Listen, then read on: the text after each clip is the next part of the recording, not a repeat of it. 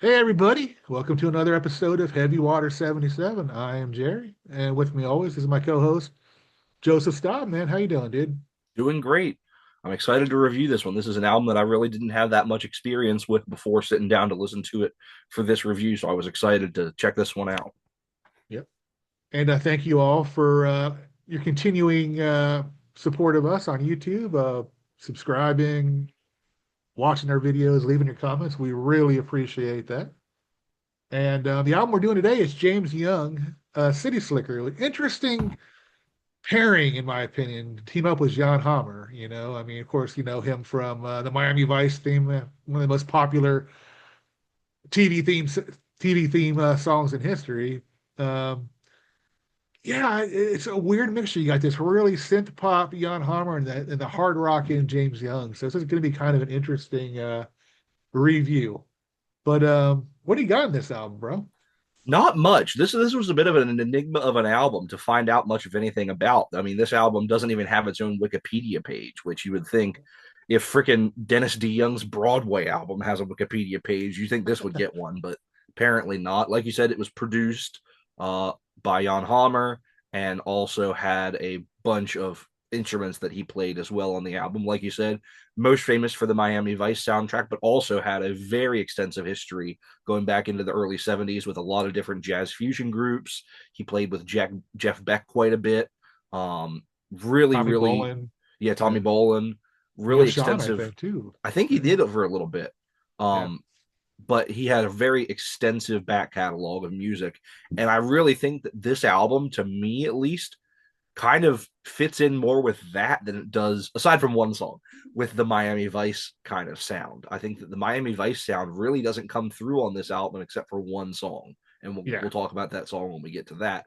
But I think that this was surprisingly, I think, a very good pairing for James Young because Jan Hammer was really in the headlines at the time this album came out in 1985, so like right in the middle of all of that, so you had to do something keyboardy in the mid 80s. But I think, as we're going to discover, compared to the two albums that we've previously reviewed, I think this album kind of integrates the keyboards much better than the previous two albums that we reviewed. Um, of course, Dennis DeYoung is a keyboard fest, and we talked about, surprisingly, Tommy Shaw's Girls with Guns had a lot more keyboards than you would expect from someone who's trying to get away from that kind of stuff, supposedly. So I think of those three albums, not only I'll say it up front, I think this is the best of the three albums that we've reviewed for the solo albums so far. But also, I think it's the one that integrates the keyboards the best, and not surprisingly at all, when you have somebody with the talent and the extensive history of Jan Hammer, that you're going to get somebody that knows how to produce and how to integrate the keyboards into the music. Yeah, I agree. I haven't listened to this album probably this century. So it was really nice to go back and listen to this one. And it was surprisingly, it's got a couple clunkers on it, don't get me wrong. Mm-hmm. But I agree. This might be the best of the three. Mm-hmm. I used to always think Tommy's, Girl with a Gun, that's the best of the three. But there are some good songs on this album. I'm not as huge of a fan as the keyboards on it as you probably are. I mean, it's Jan Hammer. He's world famous, so I'll give him that much. But it works in pairs, but there's some songs I just don't think it works.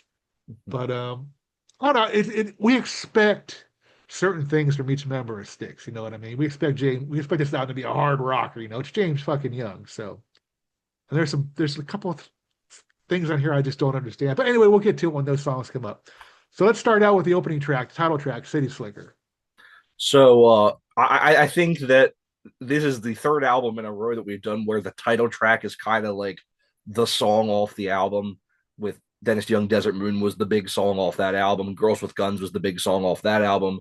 I think this is kind of like meant to be the lead song on the album, and I think it does a very good job with that. Actually, the keyboards, like I said, aren't overly kind of there. This is one of the more keyboard heavy tracks on the album, I would say, but I think that it works actually pretty well.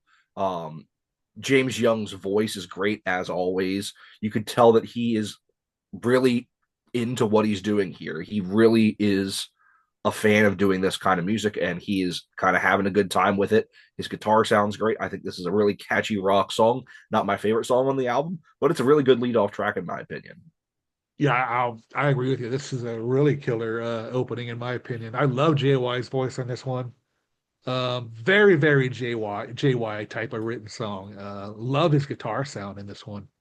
Still has that really sticks big chorus, like all three of the so longs had those big sticks choruses. I love that cool change with the like, what do you want? What do you need? I love that part when it comes in. I think that's really fucking cool. We're off to a good start here, man. This rules. Hopefully, the rest of the album is as good. We'll see. I kind of spoiled it in the beginning, but we'll see how the rest of it goes. But we're off to a good start now. So we'll go to the next track, Something to Remember You By.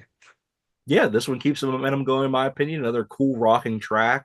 Another one where I think the keyboards are well in the mix. They're not overly kind of present. There's a couple songs later where the keyboards might get a little more present, and I have some opinions on that. But I think this is a really good use of the keyboards.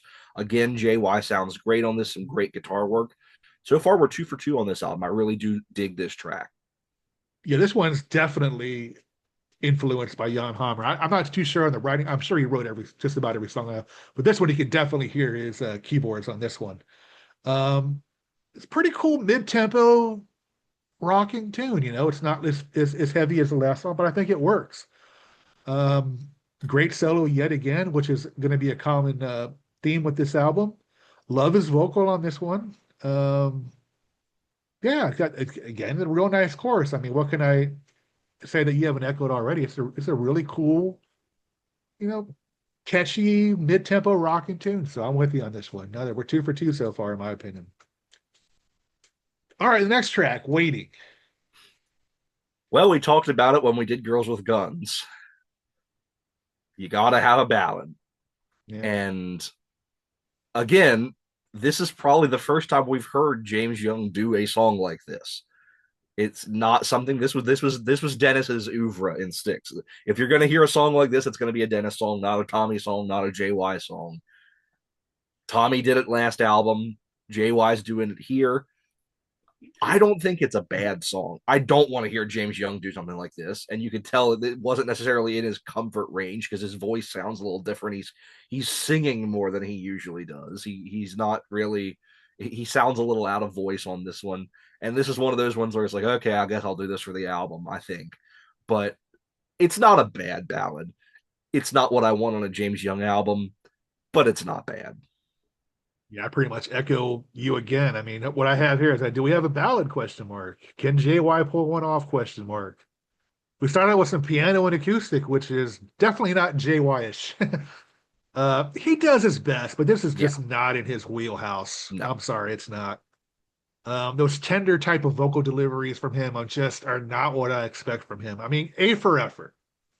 I think again, like Lonely School from Girls with Guns, I think he was probably required to do a ballad like this, and I don't want to hate it. It's just yeah, weird hearing him sing this type of song. Maybe that's what it is. If I listen to it 100 times, maybe I'll say, "Oh, it's not a bad song. I do like it," yeah, but it's just not what I expect from James Young. Sorry, but I'll A for effort. Like I said, yeah. that's all I really have to add to it.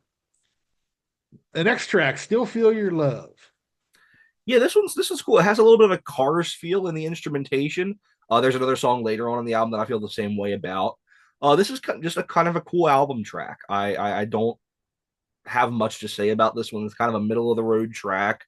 Um, this is just kind of something that, again, none of these three musicians that we've been talking about so far are used to having to fill out an entire album on their own. Yeah, And so yeah. you're going to get stuff that might be a little bit out of their wheelhouse just because they're trying to do something different. Because I mean, if we had 10 songs on this album that sounded like City Slicker, it'd get boring after a while. If we had 10 songs on the album that sound like Half Penny, Two Desert Penny, Moon, Desert or Desert Desert Moon. Moon, or Girls with Guns, or Yeah. whatever, it would get boring. So you're going to have this little bit of experimentation, and this is a little bit of that with, like I said, a little bit of a Cars sound in the instrumentation, especially a year after Heartbeat City. You're going to get that kind of stuff in any kind of keyboard heavy rock music, but it's a decent track. It's nothing special, but I definitely wouldn't skip it. Yeah, you probably like this one a little more than I do. I mean, what I have here is all right, we're back to rock and roll, or are we? I don't know. I just think this is bad. This never takes off for me. Not crazy about the keys in this one. Um, I do love his vocals yet again. I think he does his best vocally with every track on this album. Well, except for one. Yeah. Has a great solo, but the song just for me just doesn't really take off in my opinion. But like you said, you nailed it perfectly. These guys aren't used to doing a whole album of what they did in Styx, so they're kind of like, they're in new territory creative wise. So I get why there's different sounds on this album. And I was like that. It's like when I'm listening to this album, I'm like, every song's supposed to rock. This ain't JY, but what you said is perfectly. You nailed it with that. What you said. So, but yeah, this song, we'll pass on this one. All right, chasing me down. What do you got on this one? No, we skipped one. Oh, did we? We Yeah, did we skipped one. We skipped running out of time. run out of time. That's what I meant to say. There you Yeah. go. So this is what closes outside one of the album. I think this is a really cool track. I really like the chorus on this one. I think it's a really good, catchy chorus. Has that Styx feel to it. That Styx chorus, like you were talking about, that big harmony kind of powerful chorus. I really dig that on this one. Aside from the chorus, it's just a cool track. Really cool way to close outside one, in my opinion. Again, I echo what you said. We're finally starting to rock here. This is JY zone, in my opinion. I do love the chorus. It has an 80s date to it with a 70s type of vocal delivery, if that makes any sense. Yep. You can definitely hear both decades in this particular song. Nasty vocal by JY. This is what I love to hear him sing. I hope there is more. Best solo on the album so far. I dig this song, man. I love it. Great way to end that side. Now it is time for a cool change. Sorry. Notes are stuck together. There we go. Chasing me down. All right. So I said that we ended out side one on a really good note, a good rocking note. I think we open up side two on a really good rocking note as well with Chasing Me Down. This really feels like a Stick song as well, especially the chorus. It's a really good rocking song. JY's vocals on this one are some of my favorite on the album from him. Some great guitar work here. Just a really good rocking song to open up side two, in my opinion. Yeah, I love that JY when he does that laugh. That Yeah. he does that so fucking cool. Yeah, this is a cool freaking song. Great guitar opening. Actually, a little cowbell too in the beginning. So yeah, Mm-hmm. we got some cool guitar riff and some cowbell. There's some weird percussion though in this one. I don't really care for it. It's like this weird thing. Yeah, I could do without that. Very, But I very Jan Hammer because he did the drums on yes, this. yes. Yeah, this is what I'm talking about with the James Young song now, man. Um, what do I got here? Can't read my own freaking handwriting. A little cleaner, maybe, but I still dig it. But there's some great JY moments in it with that laugh, like I said. Um, some dirtiness to his voice, some grittiness, which I came to like Great White Hope, or even early Wood and Nickel stuff. That type of delivery in his vocal style. But this song fucking rocks, dude. I really dig this song. One of the best songs on the album. So I'm with you on that one. Next song, No Mistake. Well, this is where it gets a little too Jan Hammer for me. This is where this sounds like Miami Vice meets Sticks, and I think Miami Vice won on this song, and I am not a fan. This is a little too electric for my taste. As a song, it's not awful, but it's just the production. This is one where the production, I think, really lets it down, and I'm just not a huge fan of the keyboards on this one. Yeah, I'm with you. It's like my first note is a little too much yawn on this song. Kind of a weird, interesting guitar opening. It's different sounding. I mean, it's okay. This would be like a JY cornerstone song, Mm-hmm. if you compare it to anything off Sticks, in my opinion. Guitar playing, very good. I think the harmony vocally is pretty good, but as a song, middle of the road for me. I mean, it's Yeah. definitely a filler tune, in my opinion. I mean, nothing really standoutish about it. So I agree. Just what I call it killer filler. I think it's Almost killer. I think it's filler. Okay, there you go. That'll work. All right, then we go to the next track, Prisoner of War. Oof. Uh-huh. Just like the Tommy album, we both had the same reaction to the one of the songs. Yeah. Yeah. No, thank you. Not a fan at all. It's very different and not in a good way. Um, there's some kind of cool, weird instrumentation in it, but I hate JY's vocals on this. I hate the kind of talking that he's doing. I just this Yeah. does not work at all for me. Just not a fan. Easily the worst track on the album for Yeah. me. If I had to compare a song this to another song off a Dennis DeYoung album, it would be the Oh, "Boys Will Be Boys" song, in my uh-huh. opinion. Yep. I just don't. It sounds like one of those '80s aerobicized videos I used to see all the time. The music, it's just weird, man. I'm sorry, JY, but this is god awful, man. I mean, Mm-hmm. I was trying to find some positive things about this one, but I just can't. But again, yeah, what you said though didn't resonate with me until you told me that they're not used to filling out a complete album. So I'll give them, I'll give them a pass on it because of what you just said. But woof, this is a terrible song, man. I don't get this one at all. I wouldn't even say this is dated. I think it's just too dated for the eight. I don't know what to call this song. I mean, it's just bad. Yeah. Definitely boys will be boys level. Um, Mm-hmm. so next song, Wild Dogs in the Night. All right. So the Rock's back, but I'm not entirely sold on this one. This is the weakest of the rock tracks, in my opinion, on this album. It's a rocking song, but it really just feels kind of samey. It feels like just a repeat of some of the other stuff on this album, done not as well. I think that this is one of the weaker tracks, in my opinion. This is probably my second or third least favorite song on the album. Just really did not get into this one much. I probably like this song more than you because when I had to listen to the last song, when I heard this song, I was like, yes, Rock. definitely better. I actually dig this song, man. Again, we got the cool guitar opening yet again. This is what I want from JY. This is what I expect. I actually think this would be a good Styx song, in my opinion. Maybe I kind of gave it away for our next week's show, one Hmm. of my songs. We'll see. But yeah, I dig this song, man. Again, the vocals, I think they're cool, and I like the lyrics on this song, dude. I mean, they're Wild Dogs on a Night in L.A. or Chicago. Okay, Chicago, yeah, because he yells out Chicago a few times in this song.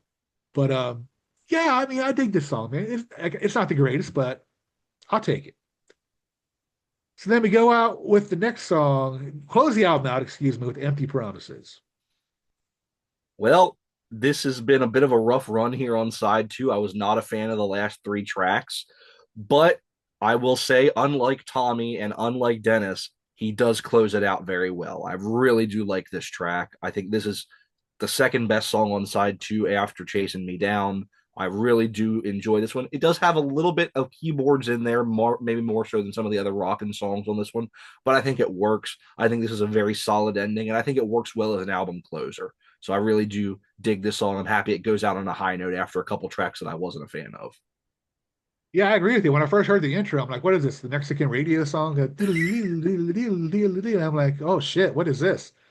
But then, yeah, it turns into a pretty cool song. I mean, maybe a little too much Jan Hammer, in my opinion, but his fucking name is on the album, so I guess we're gonna have to hear it. So, Mm-hmm. yeah, and I agree. That's a great way to close out the album. Good rocking tune, great solo, great vocal, just like every other vocal, I think, well, except for one song.